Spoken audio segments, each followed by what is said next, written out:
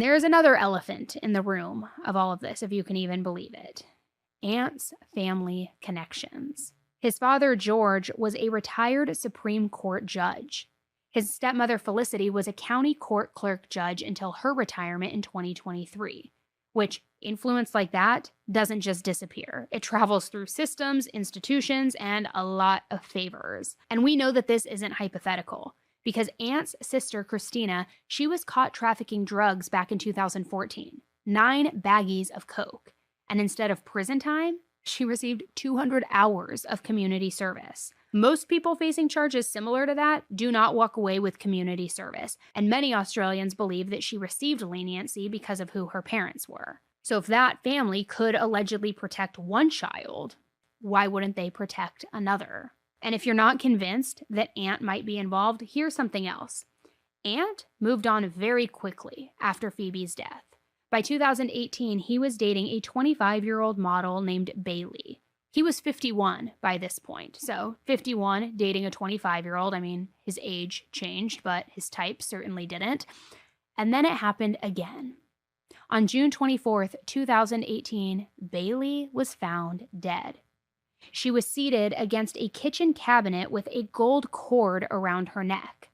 Her death ruled as self-inflicted asphyxiation, despite the fact that nothing in the kitchen supported a hanging scenario. There was no anchor point, no broken fixture, nothing to indicate that she had suspended herself and that there was some sort of pull situation, which, I mean, hello, sound familiar?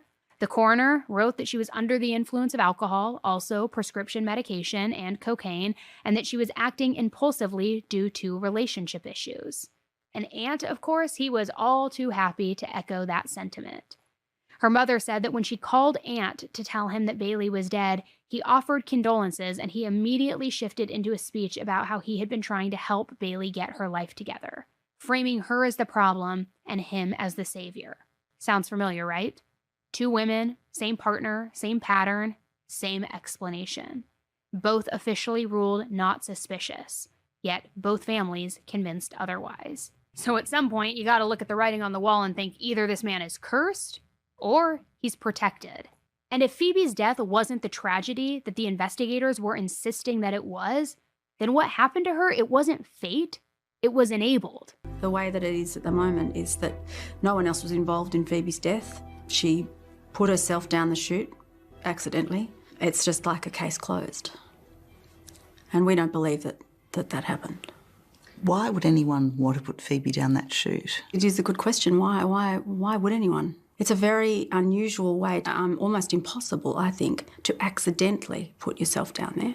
But it's quite a good way to dispose of someone, if that's what you wanted to do. Despite Phoebe's family fighting for years to get her case reopened, or at the very least just re-looked at, it has stayed closed. The coroner and the investigators seem sure of their findings and they are not willing to budge. But Phoebe's family has very strong feelings about what happened to her that day. They believe that she was murdered in cold blood. Do you believe she committed suicide? No, I don't. Natalie, do you believe that Phoebe was murdered? Yes, I do. Who would want to kill Phoebe? Yeah. Who would want to do that?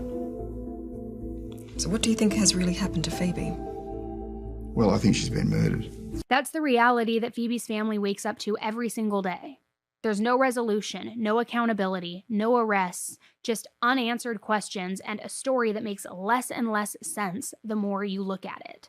And in the years since her death, her family has created a website, PhoebeHandsjuk.com, and it is both a memorial and a resource.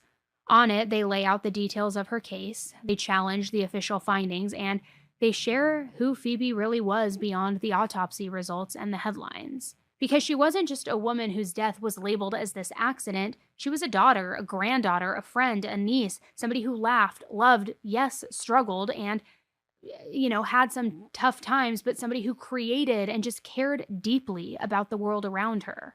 And in the About Phoebe section of the site, her family writes that Phoebe, quote, had a fierce sense of justice. Which I think that's the cruelest part in all of this.